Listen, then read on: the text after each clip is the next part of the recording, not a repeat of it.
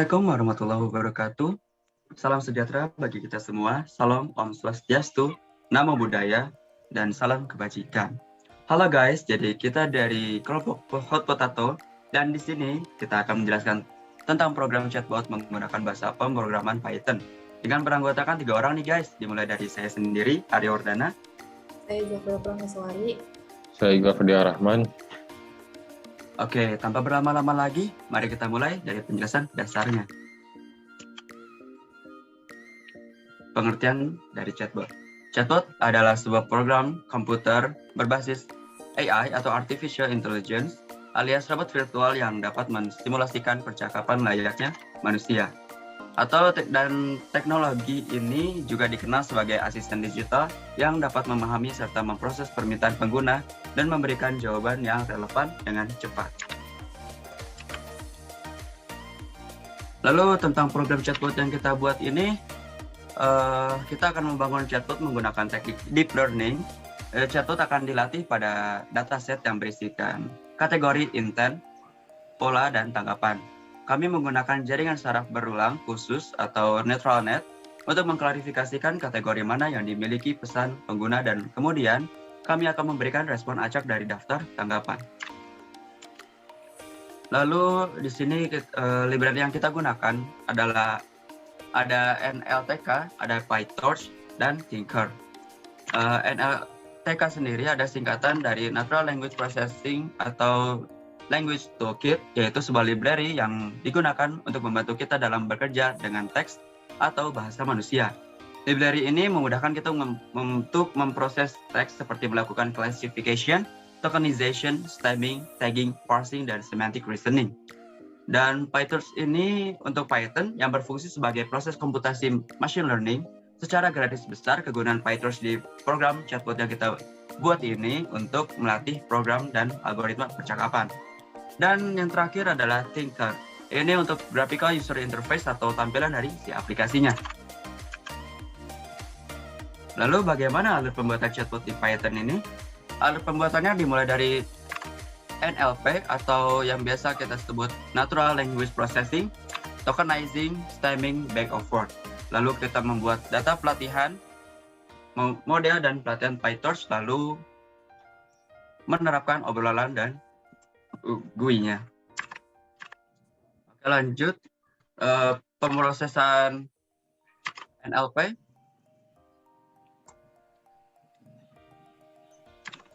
Oke, dan ini pemrosesan dari Natural Language Processing atau NLP. Di sini kita bisa lihat tokenizing ini berfungsi untuk memisahkan kata, lalu di stemming untuk memilah kata dasar atau keyword, lalu dikecualikan tanda bacanya. Setelah itu back of word atau bow untuk mengecek sebuah kalimat dan menyamakan kata kunci sehingga chatbot dapat menentukan jawaban yang tepat. Oke, kita masuk ke sesi penjelasan kode program chatbot.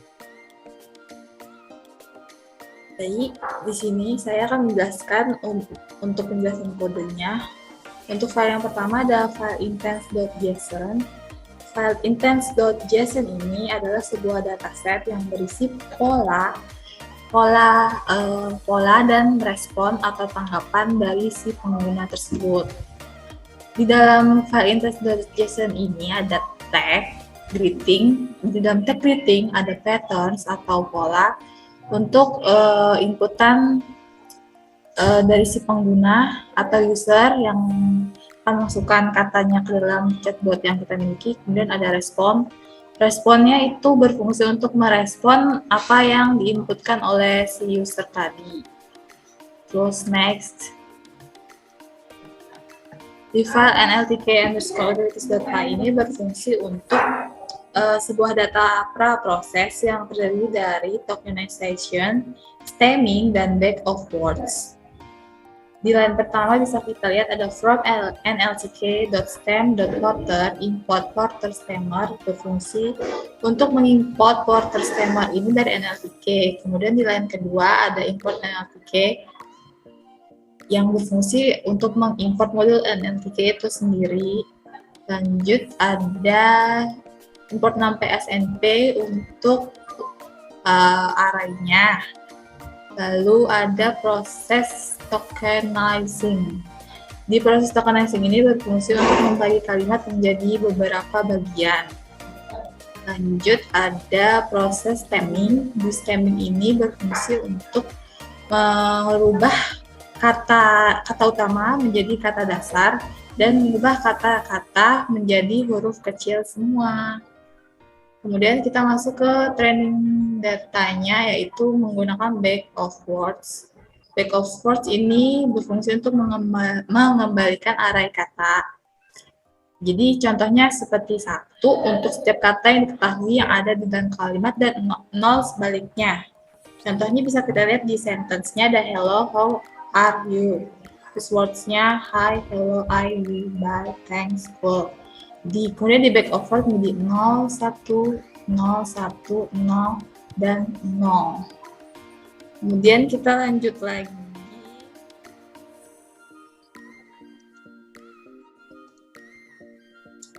Next, di selanjutnya ada file train.py.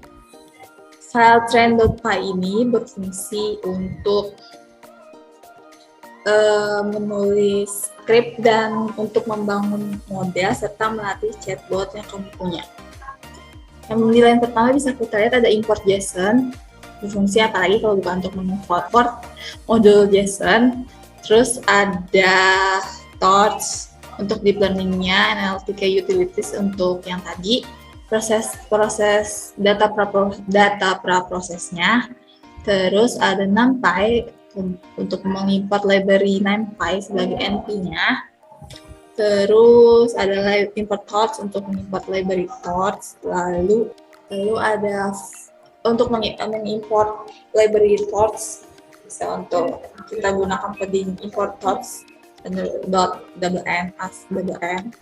Terus ada from model, jadi dari file model kita import si neural net-nya untuk deep learning-nya. Oke, di with open, index.json berfungsi untuk membuka file index.json-nya, lalu di bawah di line 16 berfungsi untuk meload file index.json-nya, dan lalu ada print kata-kata, jadi ada all underscore words dengan array kosong, jadi teks dan exit itu adalah array kosong yang nantinya akan diisi data pattern dari si index.json untuk all underscore words dan teks. Lalu ada xy sama dengan array kosong, itu nantinya akan diisi gabungan data tag dan patternnya. Terus kita akan melakukan pengulangan untuk intentnya. Jadi untuk agar file si intensnya ini berulang terus, kita akan pengulangan seperti yang terlihat dari line 23 sampai line 29. Terus untuk di line 26 itu kita melakukan perulangan lagi for untuk mengulang si patternnya yang ada di dalam file intent.json tadi. Lalu kita tokenize lagi setiap kata atau all words-nya. Lalu kita berlanjut ke line 33, itu kita punctuation, artinya kita tolak semua tanda baca yang tersedia. Lalu di line 35 ada kita stemming lagi. Setelah di stemming, kita stemming semua kata. Kita lanjutkan ke for. Di line 33 ada ignore underscore words, variabel ini berfungsi untuk menghilangkan tanda baca. Lalu di line 35 juga sama, setelah di stemming ulang dan dilakukan perulangan untuk menghilangkan tanda baca tadi.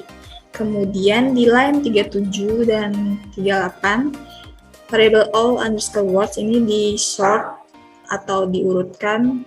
Terus teks dalam file index.json tadi itu juga di sort, diurutkan. Lalu di line 41 ini berfungsi line 42 sampai 40 berapa tuh? Sampai bawah, sampai line 51 itu untuk training datanya. Di line 42 itu x underscore train sama dengan array kosong, dan y juga underscore train sama dengan array kosong, itu untuk area kosongnya, lalu kita melakukan perulangan kembali untuk kalimat polanya. Terus di tag dalam index.json, lalu dimasukkan ke dalam variabel xy yang tadi, yang ada di line sebelumnya, line 45 kalau tidak salah, 35.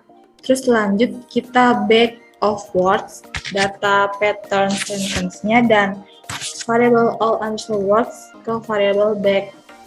Seperti yang terlihat di bawah, lalu kita gabungkan data yang ada di back ke xtrain. Lalu di line 49, di line 50, label sama dengan text.index tag ini berfungsi untuk mencari data dari tag, kemudian disimpan kembali ke variabel label. Lalu di line 51, itu ada ytrain.append label, itu berfungsi untuk menggabungkan data yang ada di dalam label ke variabel y_train. Kemudian di line 55, x_train sama dengan np.array xtrain itu berfungsi untuk mengubah data xtrain jadi numpy array. Berlaku juga untuk y_train sama seperti xtrain tadi. Lalu lanjut di line 61, kita buat sebuah kelas baru, yaitu kelas yang kami beri nama chat dataset.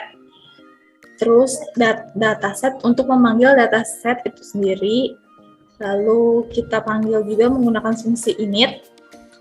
Lalu di line 67 itu juga ada fungsi get item, berfungsi untuk mendukung pengindeksan sehingga kumpulan data dari array tadi dapat digunakan untuk mendapatkan sampelnya. Terus di line 72 kita juga menggunakan fungsi len untuk memanggil si panjang dataset tadi dan mengembalikan ukurannya. Kemudian lanjut kita ke bawah, di line 77 sampai 82 itu adalah hyperparameter dari bentar yang akan saya sebutkan di bawah. Lalu di line 85 ada dataset sama dengan chat dataset dari kelas yang tadi kita buat. Kemudian di train kita loading di data loader yang di line 20. Kemudian di dari dataset variabel dataset itu kita deklarasikan satu-satu gitu, dataset dengan dataset, batch size, shuffle, di true, terus num workers-nya jadi 8. Kemudian ada di line 89 yaitu device sama dengan torch.device untuk untuk mengecek ketersediaan GPU kudanya. Terus ada di line 90 itu, di dalam variabel modelnya, itu ada neural net atau untuk deep learning-nya. Untuk deep learning-nya ini berisi input size, hidden size, dan output size-nya. Kemudian akan ditransfer ke device yang tadi untuk dicek apakah si GPU-nya itu tersedia. Lalu di line 93 dan 94, itu untuk mengecek loss dan optimizers, seperti yang saya sudah cantumkan di dalam Word. Lanjut lagi di file line 97 masih di file train.py sampai line 112 itu berfungsi untuk men-training si model men-training modelnya. Jadi membuat pelatihan itu sendiri. Lanjut di line 116 sampai 128. Ini di line terakhir, kita deklarasikan dulu data sebagai variabel, kemudian diisi dengan model underscore state, input size, output size, hidden size, word, dan text. Kemudian data-data ini kita masukkan ke dalam torch.save. Terus kemudian dari torch.save ini kita buat variabel baru, namanya file. Kemudian dari file ini kita masukkan ke dalam data.pth. Jadi si data.pth ini berfungsi untuk menampung semua data-data yang tersimpan. Selanjutnya, setelah itu kita print bahwa jika training ini komplit, maka save filenya tersebut ke dalam data.pth. Next. Kemudian Untuk file selanjutnya akan dijelaskan oleh rekan saya Iqbal. Silakan. Oke, baik. Selanjutnya akan saya presentasikan. Berikut adalah di file model.py. Kita harus mengimport source.nn dulu sebelumnya. Fungsi dari file model.py ini adalah untuk pemodelan training data yang memiliki word neuron. Nah, untuk kelas neural net ini adalah kelas dasar untuk semua modul jaringan saraf. Berikut ini ada sintaksnya. Kemudian kita lanjut ke chat.py. Di sini kita sebelumnya harus mengimport random, kemudian JSON dan torch. Kemudian memanggil kelas dari neural net dari model dan mengimport juga variabel function dari NLTK utils. Kemudian di sini kita mengecek terlebih dahulu apakah source sudah ini ada tersedia atau tidak. Kemudian setelah itu kita membuka file intention. Nah, di sini nantinya akan di load data intention ke dalam file intents. Kemudian file data.pth ini kita akan memuat data file ini, data.pth ini yang sebelumnya telah dibuat ke dalam data. Nah, selanjutnya ini kita memanggil beberapa data-data yang telah tersimpan dari .pth ini, seperti input size, output, hidden, model, dan all word dan text. Nah, di sini model ini kita neural net input size, hidden size, dan output size ke device, dan load set disk model state-nya, kemudian di eval. Kemudian kita mendefinisikan nama bot sebagai bot, dan kita juga membuat beberapa definisi function getResponse. GetResponse ini untuk kita nantinya merespon apa yang kita chat di chatbot. Nah, ini tokenize untuk misalkan beberapa bagian, kemudian ada back and forth, dan ada yang lainnya juga. Nah, di sini tuh di if ini kita mengecek apakah items ini lebih dari 0,75% atau tidak. Jika iya, maka looping intents dari file intention ke dalam intents, kemudian dicek lagi apakah di tag ini ada tersedia atau tidak. Kemudian jika ada, merespon apa yang kita chat. Jika tidak, bot itu tidak mengerti, maka akan tampil I do not understand. Kemudian di apps ini adalah fungsinya untuk membangun sebuah UI atau tampilan pada program. Di sini kita menggunakan library Tinker. Nah, di sini kita membuat beberapa konstan kayak seperti background, text, font. Nah, selanjutnya di kelas application ini kita untuk membuat kelas tampilan dari chatbotnya. Ada function definite, ada function devrun ini untuk menjalankan program hingga berakhir. Kemudian ada setup main Windows, jadi untuk tampilan UI-nya. Di sini kita membuat title ini judul dari tampilan chatbotnya dengan nama chatbot. Kemudian di sini disable ini untuk agar tampilan UI ini tidak dapat diubah-ubah ukurannya. Ini untuk ukuran dari chatbotnya. Kemudian ada head label ini untuk bagian label bagian atasnya. Kemudian ada tiny divider ini untuk memisahkan head label dan text widget. Nah, text widget ini untuk menampilkan hasil chatnya. Jadi apa yang kita chat bareng chatbotnya. Nah, kemudian di sini juga ada scroll bar, kemudian ada button label, untuk tampilan message sama set buttonnya. Ini message entry box untuk fungsi kita untuk ngechat ya. Kemudian ada send button untuk mengirim chatnya.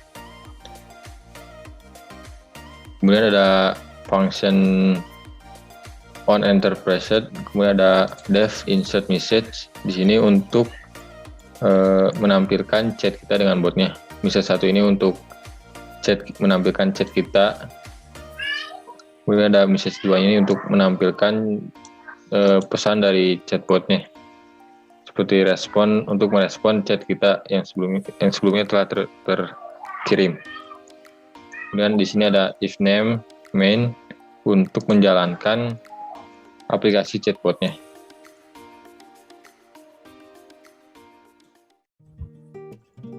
Oke, kita akan mendemokan program chatbotnya. Nah, berikut ini adalah program yang telah kami buat.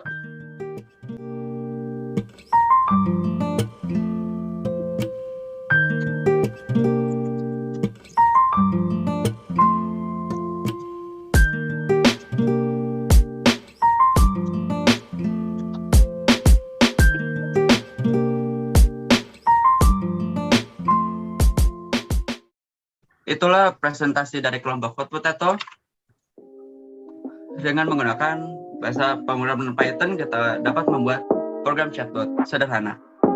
Kurang lebihnya mohon maaf. Jangan lupa untuk like, comment, dan share ya guys. Kelompok Code Potato, peace out.